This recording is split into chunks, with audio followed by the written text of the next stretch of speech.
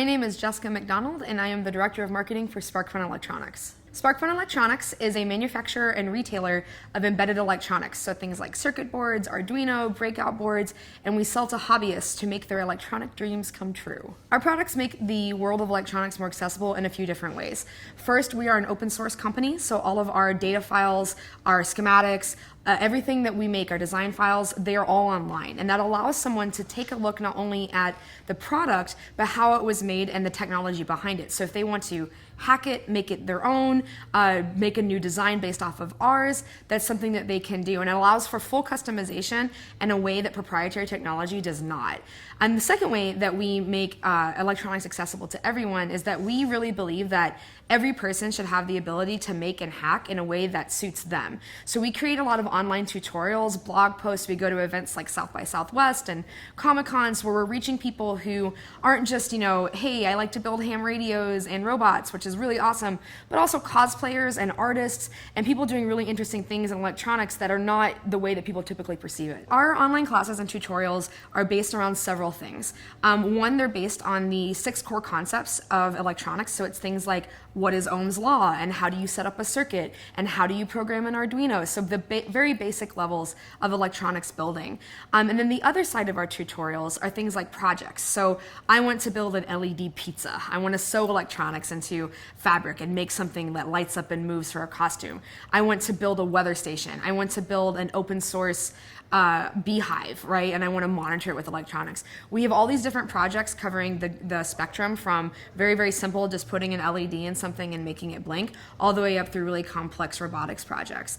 And then we couple that with the foundational courses in things like, what a resistor is, what a capacitor is, how do you use them, how do you lay out a circuit, and all that information. And it's for everyone from beginner all the way up through advanced prototypers and engineers. We are very cognizant of the fact that women are underrepresented in both computer science and electrical engineering.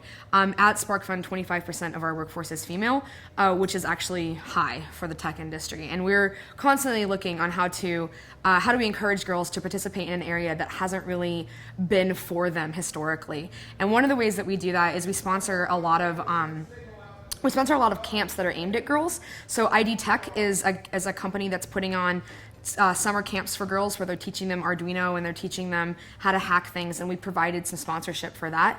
And another way that we do that is by reaching out and trying to find these girls and encouraging them. So I'm here at South by Southwest speaking about new on-ramps for STEM learning for girls, and one of those being fandoms and participation on things like Tumblr. So we can bring together a social community around girls that are interested in something like Sailor Moon or Doctor Who or Supernatural, and we can use that to inspire them to learn about technology and electronics and give them projects that are in that vein. So as a woman in technology, I've faced a few different challenges. The first one being that you have to work twice as hard for half the credit.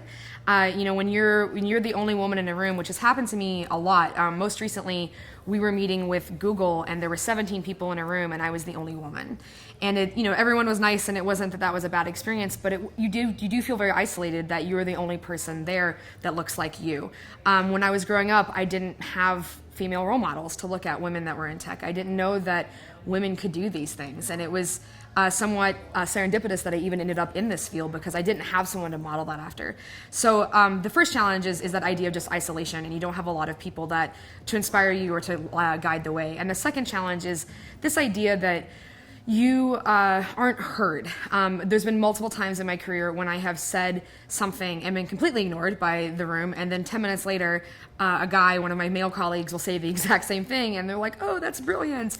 And I'm like, yeah, it was when I said it 10 minutes ago. So getting people to listen to women on their own merits and not be judged as this, you're being held up as an example of your entire gender, right? So it's not that I need to represent every woman in tech. I need people to see that there are more women in tech, and they need to listen to us and not push us out of the space where we have a lot to contribute.